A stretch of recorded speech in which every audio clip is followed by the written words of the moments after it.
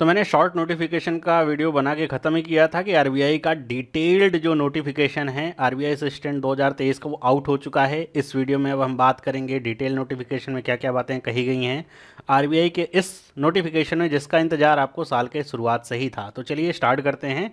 अगर हम देखें तो ये शॉर्ट नोटिफिकेशन रिलीज़ हुआ था, सुबह जो है पेपरों में देखने को मिला था और ये उम्मीद थी कि बहुत जल्दी इसका डिटेल नोटिफिकेशन होगा और इसके बाद ही आज सुबह सुबह ही फिर से डिटेल नोटिफिकेशन आ गया है। अब उसी के बारे में बात करते हैं। तो अगर हम बात करें यहाँ पे डिटेल नोटिफिकेशन की, तो इसमें अगर देखा जाए तो 450 पोस्ट हैं। मैं आपको बहुत ही शॉर्ट में पूरा ये नोटिफिकेशन बताऊंगा। इसमें जो लिंक है आज से ही अप्लाई कर सकते हैं आप। 13 सितंबर से 4 अक्टूबर तक रहेगा लिंक अप्लाई करने का और पेमेंट करने का।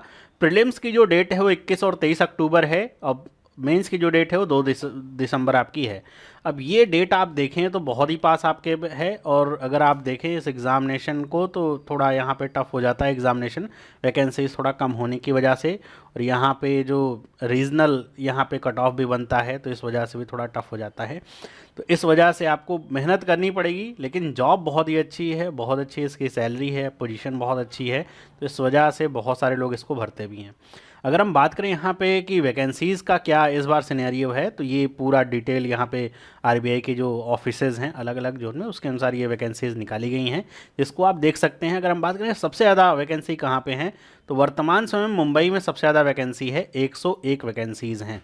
और उसके बाद आप बाकी देखेंगे तो बेंगलोर में आपकी 58 वैकेंसीज़ हैं, सेकंड नंबर पे ये है। उसके बाद आप देखेंगे सब जगह लगभग सेम ही वैकेंसीज़ आपकी हैं, 28, 19, 14 ऐसे वैकेंसीज़ आपको यहाँ पे देखने को मिलती हैं। अब यहाँ पर एक थोड़ा सा कैच रहता है, जो क्लर्क लेवल की जॉब होती है, कि आप ज़्यादा वैकेंसीज़ का लालच देख करके उस जगह से अप्लाई नहीं कर सकते हैं। क्यों नहीं कर सकते हैं वो अभी हम समझते हैं। और ये बात और ध्यान रखिएगा कि जो 450 वैकेंसीज़ हैं this is not full and final, कि बस ये 450 वैकेंसीज़ ही हैं सर, हमारे स्टेट में तो 5-6 वैकेंसी है हमारे यहाँ से, तो क्या करें। तो ये फुल एंड फाइनल नहीं है, वैकेंसीज़ बढ़ भी जाती हैं एग्ज़ामिनेशन प्रोसेस के दौरान। तो अगर आप पॉजिटिव एटीट्यूड लेकर के चलेंगे, फॉर्म भरेंगे, तो हो सकता है कि आप अगर अच्छी मेहनत कर रहे हो तो आपका सिलेक्शन हो जाए, क्योंकि 5 सीट पे भी सिलेक्शन होना ही होना है। हाँ, कंपटीशन टफ होगा, इसमें कोई भी डाउट नहीं है। तो अगर हम बात करें यहाँ पे एलिजिबिलिटी क्या है, तो नेशनलिटी आपकी इंडियन होनी चाहिए या फिर आप सब्जेक्ट ऑफ नेपाल, भूटान, तिब्बती, आप इंडियन ओरिजिन के पर्सन हो। एज लिमिट 20 से 28 साल है। कब से काउंट करनी है? 1/9/2023 से, मतलब 1 सितंबर 2023 से आप अगर 20 साल या 20 साल से ऊपर हैं और 28 साल या 28 साल से कम है तो अप्लाई कर सकते हैं। आप याद रखिएगा कि 1 सितंबर 2023 को अगर आपकी एज 28 साल से एक दिन भी ज़्यादा है तो अप्लाई नहीं कर सकते। एजुकेशनल क्वालिफिकेशन की बात करें तो ये भी 1 सितंबर 2023 से ही काउंट होगा कि आपके पास तब तक जो ग्रेजुएशन की डिग्री है या फिर बैचलर की जो डिग्री आप पास हो चुके हो, आपके पास रिजल्ट हो। किससे? अगर आप जनरल, ओबीसी, ईडब्ल्यूएस कैटेगरी से बिलोंग करते हैं तो कम से कम 50% नंबर आपको चाहिए। ये जो क्राइटेरिया लग जाता है ना, इसकी वजह से बहुत सारे बच्चे छट जाते हैं। तो इसी वजह से यहाँ पे हमको देखने को मिलता है कंपटीशन, लेकिन इस 50% के क्राइटेरिया की वजह से बहुत सारे बच्चे छटते हैं। और अगर आप एससी, एसटी, पीडब्ल्यूबीडी कैटेगरी से हैं तो केवल आप पास होंगे तो भी चलेगा। यहाँ पे अगर हम बात करें एग्जामिनेशन स्ट्रक्चर, सेम वैसा जैसा पिछले साल था। इंग्लिश, न्यूमेरिकल एबिलिटी और रीजनिंग 30-35 नंबर के, और उतने ही आपके क्वेश्चन हैं। और यहाँ पे सेक्शनल टाइमिंग आपको देखने को मिलेगी। बात करें अगर मेंस एग्जाम की, तो यहाँ पे reasoning, English, numerical ability, general awareness और कंप्यूटर नॉलेज 5 आपके टेस्ट होंगे। 40 क्वेश्चन सब में है, 40 नंबर सब में है, टोटल 200 क्वेश्चन 200 नंबर के। और यहाँ पे अलग अलग सेक्शनल टाइमिंग आपको देखने को मिलती है। तो यहाँ पे 135 मिनट का टोटल यहाँ पे पेपर होगा। तो 2 घंटे 15 मिनट का पेपर होगा। और यहाँ पे अगर हम बात करें तो नेगेटिव मार्किंग यहाँ पे रहेगी, प्रीलिम्स में भी और मेंस में भी। कितने की? 1/4। मतलब अगर यहाँ पे देखें तो हर एक क्वेश्चन 1 नंबर का आपको है, तो अगर आप एक क्वेश्चन गलत करेंगे तो 0.25 नंबर आपके कटेंगे। साथ ही साथ यहाँ पे आपको सेक्शनल जो क्वालिफिकेशन है वो भी देखने को मिलेगा, कि आपको ऐसा नहीं है कि ओवरऑल आप पास हो रहे हैं, आपको हर एक सेक्शन में भी पास करना पड़ेगा। जो भी ऑब्जेक्टिव टेस्ट हैं उसमें, तो ईच पार्ट में आपको पास करना होगा।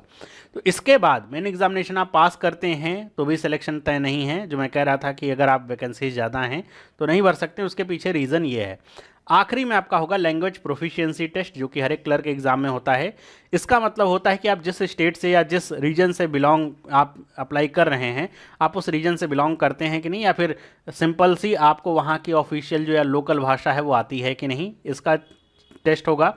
जिसमें आपको लिखना पढ़ना समझना आना चाहिए, लोकल लैंग्वेज होती है उसको, इसके लिए टेस्ट होता है। अब ये टेस्ट ऐसा है कि बहुत सारे बच्चे टेकन फॉर ग्रांटेड लेकर के चलते हैं, लेकिन याद रखिए कि अगर आप यहाँ पे साफ साफ नोटिफिकेशन में लिखा था कैंडिडेट जो इसमें पास नहीं होंगे वो डिसक्वालीफाई माने जाएंगे।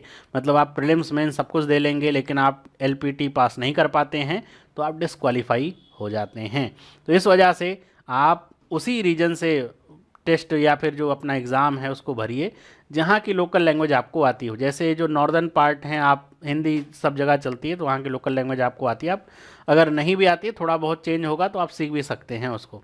लेकिन अगर आप ये सोचें कि आप यूपी के हैं या फिर पंजाब के हैं, आप सोचें कि हम भर देंगे बेंगलोर से और आपको कन्नड़ा ही नहीं आती, तो फिर दिक्कत होगी, है ना।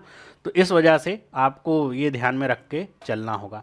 यहाँ पे एक चीज़ और मैं बताना चाहूँगा, जो हर बार रहता है कि जो भी स्टूडेंट कैटेगरी अपनी भरते हैं तो ध्यान से कैटेगरी भरेंगे, बाद में कोई कैटेगरी चेंज की आपकी जो डिमांड होती है वो पूरी होती नहीं।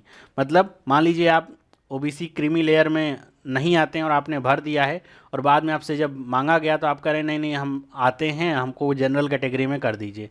ऐसा कहीं नहीं होता। इसी तरह जैसे ईडब्ल्यूएस कैटेगरी आपने भरी है और आपसे जब मांगा गया कि आप सर्टिफिकेट दिखाए, आपके पास है नहीं, तो आप ये नहीं कहेंगे कि हमको जनरल कैटेगरी से कर लीजिए, ये सब नहीं होता। तो कैटेगरी ध्यान से भरिएगा। हर साल बहुत सारे मैसेज आते हैं कि कैटेगरी सर मेरी गलत हो गई, अब क्या करें। तो कैटेगरी ध्यान से भरिए। अगर गलती हो जा रही है तो फिर उसे आप फिर दूसरा आप फॉर्म भर करके सुधार सकते हैं। जो नया लेटेस्ट फॉर्म होता है वही माना जाता है। तो ये था आज के इसमें। और अगर हम बात करें फ़ीस की, तो फीस जो एससी एसटी पीडब्ल्यूबीडी या एक्स सर्विसमैन हैं उनके लिए केवल इंटीमेशन चार्जेस होंगे 50 रुपये प्लस 18% जीएसटी। जनरल ओबीसी और ईडब्ल्यूएस के लिए 450 रुपये हैं प्लस 18% जीएसटी। और जो आरबीआई के स्टाफ होंगे उनके लिए कोई फीस नहीं है, तो इस बात का ध्यान रखिए। तो ये था आज की नोटिफिकेशन में। ध्यान रखिए आरबीआई का ये जो पोस्ट होता है इसमें सिर्फ जो तैयारी करने वाले स्टूडेंट हैं वहीं अप्लाई नहीं करते हैं, आरबीआई के स्टाफ भी अप्लाई करते हैं। साथ ही साथ जो बैंक में क्लर्क की नौकरी कर रहे लोग होते हैं वो भी अप्लाई करते हैं, क्योंकि जॉब ये आरबीआई की है तो काफ़ी अच्छी ल्यूक्रेटिव पोजीशंस मिलती हैं। उतना ज़्यादा लोगों को लगता है कि काम नहीं रहता है जितना अगर आप प्रॉपर बैंक में हैं तो वहाँ काम रहेगा। तो इस वजह से या फिर एक स्टेटस भी होता है कि आरबीआई में आप काम करते हैं, उसको देखते हुए तो कंपटीशन यहाँ पे ज़्यादा होगा, वैकेंसीज कम हैं। लेकिन विश्वास मानिए कि अगर आपकी तैयारी अच्छी है तो आप कंपटीशन को आसानी से बीट कर सकते हैं। बस ये ध्यान रखिएगा कि इसके लिए आपको कुछ अलग से तैयारी करने की ज़रूरत नहीं है। जो आप तैयारी कर रहे हैं, पीओ लेवल की आपकी तैयारी है, तो आप इस एग्ज़ाम को भी अच्छे से निकाल पाएंगे। बस स्पीड आपकी अच्छी होनी चाहिए इस एग्ज़ाम के लिए, क्योंकि यहाँ पे कट ऑफ ज़्यादा बहुत हाई रहता है। तो मिलते हैं फिर अगली वीडियो में। अगर आपको वीडियो अच्छी लगी है तो वीडियो को लाइक करिए, चैनल को सब्सक्राइब कर लीजिए इस तरह की और इन्फॉर्मेशन के लिए। सभी लोगों को बाय।